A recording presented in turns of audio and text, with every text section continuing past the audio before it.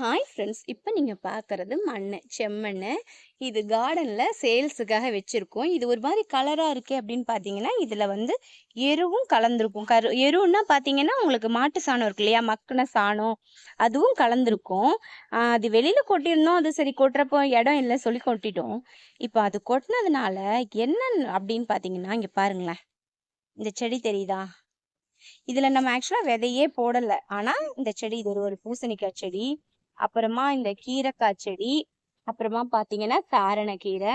அது மட்டும் இல்லாம இங்க பாருங்களேன், தர்பூசணி கொடி எவ்வளவு அழகா, அதுவும் ஒண்ணும் இல்லைங்க, இந்த பாருங்க கண்ணுக்கு தெரியிற தூரம் வரைக்கும் ஒரு 4-5 செடி சூப்பரா வந்திருக்கு. அது மட்டும் இல்லாம இந்த குப்பைக்கீரை, அரைக்கீரை மாதிரி உள்ள காய்வும் வந்திருக்கு.